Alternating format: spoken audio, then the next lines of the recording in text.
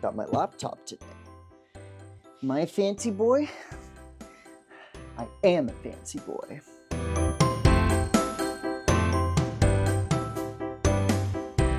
Welcome back to Get This Game, where we're all about the board gaming goodness. I'm Jake, and it's a new year. How are you liking it so far? Personally, not feeling as hopeful and confident as I have been in January's past. You might be here or know me from my TikTok channel at Get This Game, and something very important is happening tomorrow. I'm filming this on January 18th, and of course, the TikTok ban is in effect in the US as of January 19th. Not sure how it's going to go. Of course, I am Canadian, so we are safe for now. But there's no doubt that the platform's going to take a hit until something is resolved. Personally, I do think there is good news on the horizon, and we won't be away from there for too long. But that's why we also just talk about board games on any possible platform we can. And with it being a new year, I thought I'd take some time to talk about some of the games that I'm really looking forward to that will hopefully, fingers crossed, release this year. So I've got 10 games here that have really intrigued me, and I'm looking to kind of delving into more if I can in 2025. Some of these I have gotten demos or received demos for. Some I've actually been able to play, and I know they're coming out. And then some just kind of caught my eye as being a fit for me in terms of theme, in terms of gameplay, anything like that. Of course, if you are still able to access any of the other short form content streams and social media platforms, I do encourage you to follow me there, as well as here. If you like my vibe and if you like what I bring to the table, then please do consider subscribing, turning on notifications for my next video, and of course, leave a comment about what game you're excited for in 2025. Okay, so we've switched over to the picture-in-picture mode, starting off with my number 10 most anticipated game of 2025, which is Stargazers, coming to us from 25th Century Games. Now, this is going to be one of the games that we really don't have a ton of information on up to this stage, but by the cover art alone, this is one that does, of course, really evoke excitement, simply because it is going to feature art by Vincent Dutrait. From what we do know, this will be a tile-laying game where you will be simulating looking through a telescope at all of the different systems and entities of the sky, and then documenting those somehow through illustrations or some sort of scientific sort of makeup and mat. Looking at some of the components here, you can see we've got a player board where presumably a bunch of your art is going to go. Of course, the tiles for the different systems, as well as it looks like the middle is going to be punchable, and you'll be able to add in some of these additional tokens that you can see on the bottom. Again, not a ton to talk about or to confirm at this stage, but I mean, it's a tile laying game. I think there does kind of need to be that regular drumbeat of this type of game. It's not always going to be for everyone, but I think it's important that these kind of approachable, more simple games that can be played in like half an hour do continue coming out and innovating on themselves. So between that and the beautiful art again featuring Vincent Dutrait, this one I have my eye on. Moving on to number 9, this is a really interesting one. It is called Paradox Island, and it comes to us from Hobby World, a Russian publisher.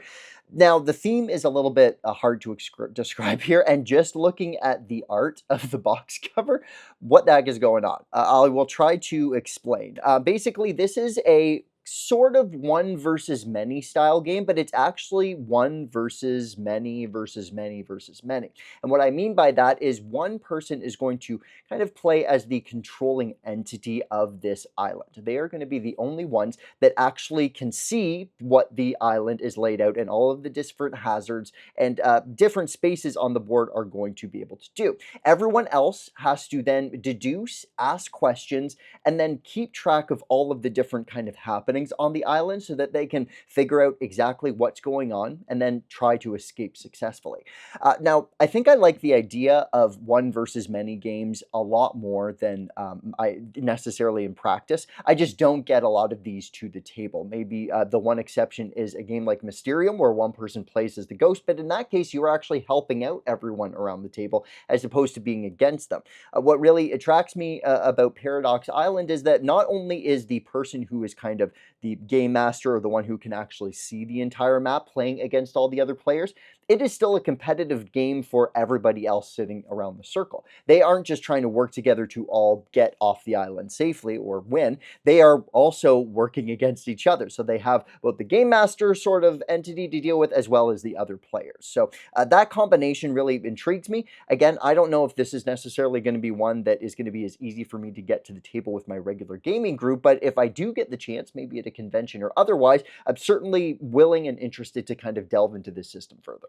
Number 8 is going to be a game that I've actually had the chance to play. This is Floristry, coming to us from Up Games. And I got, again, the chance to sit down with David Gordon at PAX Unplugged and really get the lowdown on what this game is all about. So I think I can explain it pretty well in this case.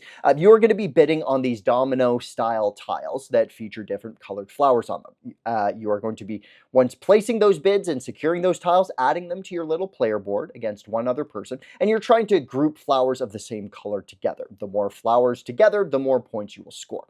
Now, it's not the standard auction or bidding style game that is normally going on here. It is actually a Dutch auction, which means you are going to be basically bidding starting high and moving your way further down. Basically, you have the game's app and you're going to bring it up on your phone and it's going to start a timer each round. The value of your bid is going to start ticking down from 5 to 4 to 3 and so on. It is your job to kind of weigh the options of what tiles are available to you and choose exactly how important and how much they are worth to you. Because whoever is able to basically click on the app and the screen first is going to set the price that they will have to pay, and then they will have to then again get kind of first crack at choosing what tiles they want to take. So there's this really interesting dynamic going on here where you are not only worried about how many tiles you want to take, but which ones are out on the board in any given round and exactly how much they are worth to you. If you choose to hold off, you don't actually have to pay for the bid and to take those tiles, but you don't get first crack at them and you do have to take a fewer number. So the entire game is a little bit of chicken, a little bit of weighing your options, and a little bit of looking at your board state, knowing exactly what you want to take and what you also know your opponent is going to want to take. All of this comes together to deciding exactly how much you do want to bid in any given turn. This one really impressed me, was really cool and actually very fast to play through, which is also a plus in this style of like tile laying two-player games. I think that's very important. So needless to say, very excited to get my hands on a copy of Floristry and kind of delve into this system further. Next up at number 7 is going to be Everdell Duo. In fact, I have my copy here ready to go, still in shrink right now. This comes to us from Tabletop Tycoon. Of course, they are the designers and kind of masters of the Everdell system, and this is the latest version that they have come out with, and obviously it is a 2-player optimized version.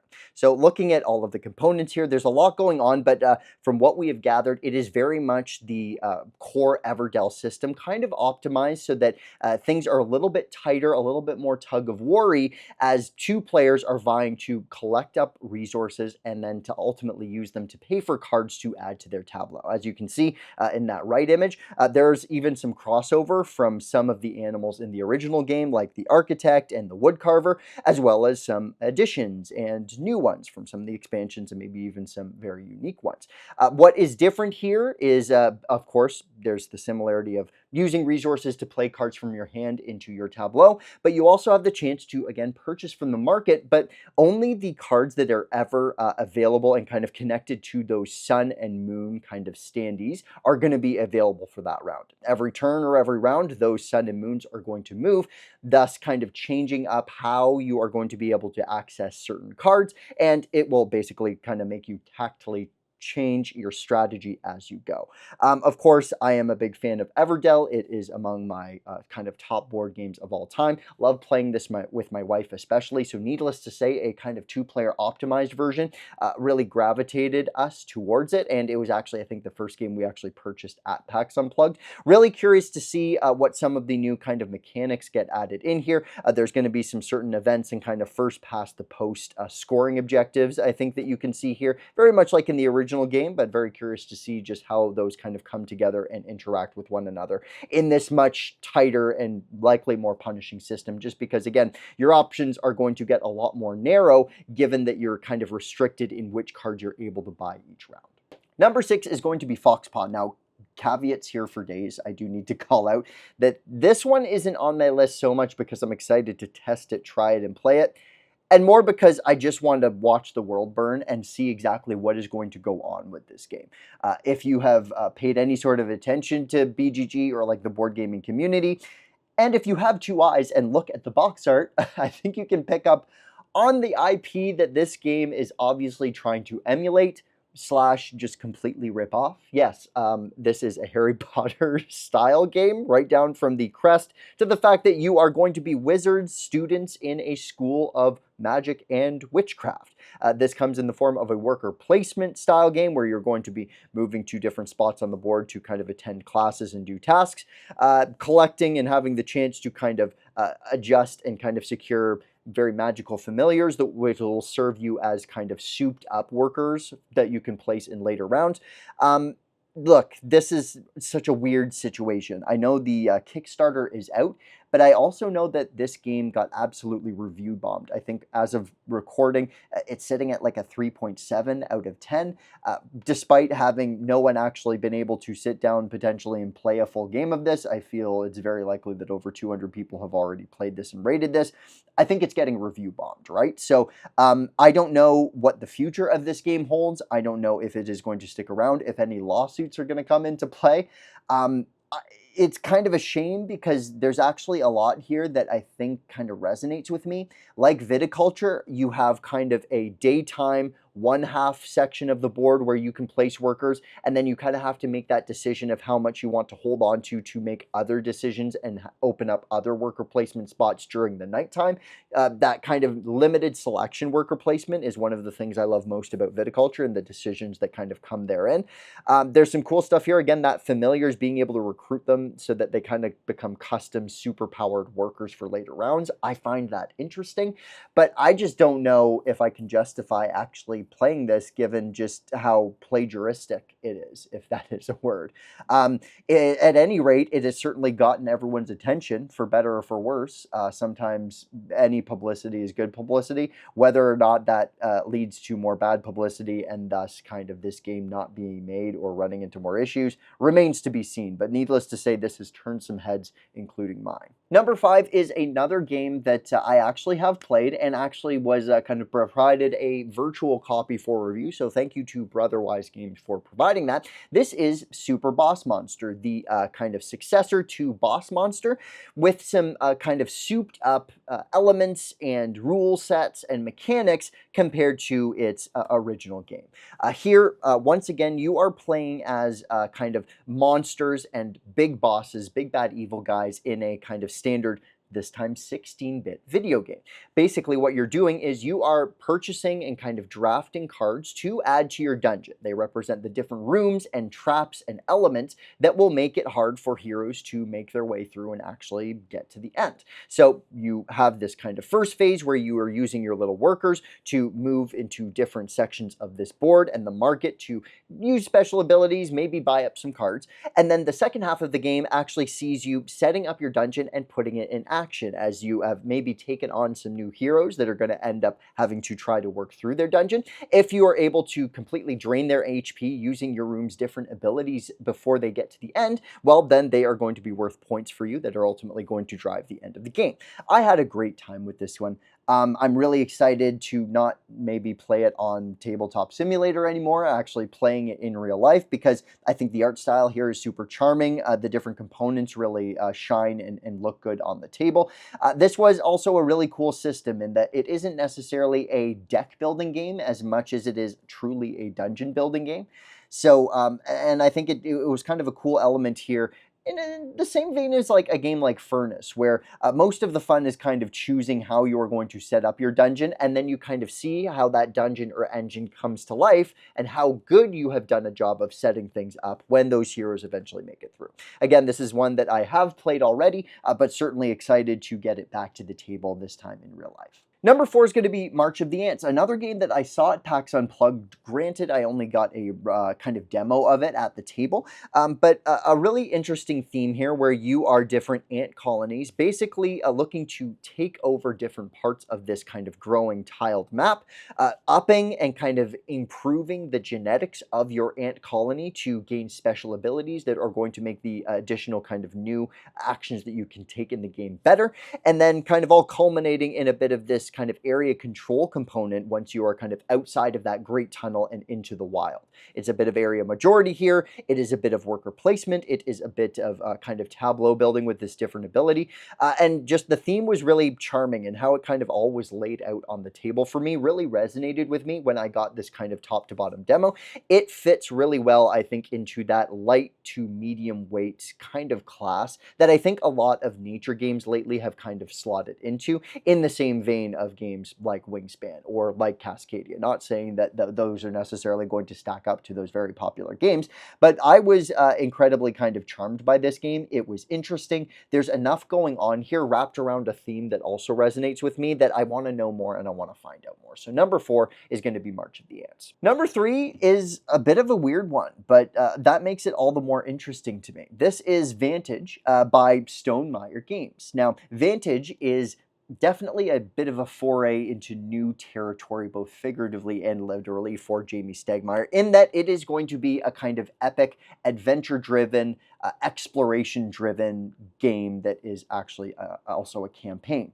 Not something that Stonemaier is known for. That kind of mid-weight Euro is kind of his sweet spot and where he operates. So the fact that he has apparently taken a ton of time to sit down and kind of work out this system is going to be very interesting. The kind of hook to this game, compared to other games, maybe like Seventh Continent or Sleeping Gods, is the fact that your entire vantage in this case is the vantage point is going to be all first person. As you can see in this top left corner, this is a sample card that you would basically be revealing and putting out onto the board. And it is going to be basically what you see on this mysterious island that you're exploring. In the top right, you can see also the kind of different numbers there. Those are going to be the new cards that you can kind of move over to or kind of shift your focus to look elsewhere to see new components, meet up with new challenges that you have to face, as well as, of course, the different actions that you can take, which are kind of displayed in that bottom right-hand section of that one card sample. You can see here a ton kind of under wraps. There's going to be spoilers here that you're going to kind of have to find out and look at and reveal over time. Really interested, I think, to see a kind of fish out of water scenario here, and just how Jamie handles this kind of new style of game that maybe he hasn't really brushed up on or explored before. So really interested in Vantage. I certainly at least want to play it maybe before I invest in fully getting it, because it does seem like a kind of big undertaking, a big production in a big box. But certainly it's piqued my interest, if nothing else, because it goes outside of the box of what Jamie typically works towards. Number 2 is going to be another game that I've actually kind of like half played. I was able to get a few rounds of this in with Flat River Group, again at PAX Unplugged. They gave us a preview. This is Zenith.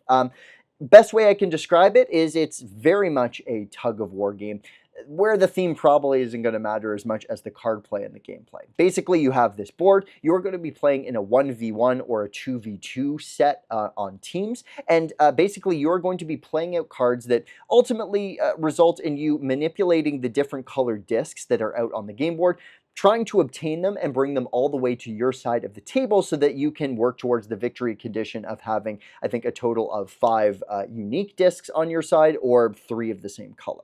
Now, everything is driven in this game by the cards. As you can see, they are going to be one of the 5 colors of discs that you can see out on the board. As you play them down, they are going to not only give you effects, but they are also going to add to your presence across those different discs. And having more cards and presence there is basically going to mean you're setting yourself up for success later in the game. The cards might kind of pull the discs towards you. They might have you move 2 discs away from you, but then get to move another one like 3 spaces, which is a bit more of a benefit. The cards might help you kind of work towards this sideboard on the left, which as you progress up it, you are going to get different bonuses, at the detriment of maybe not being able to focus on the discs as much, because that is the core of the game.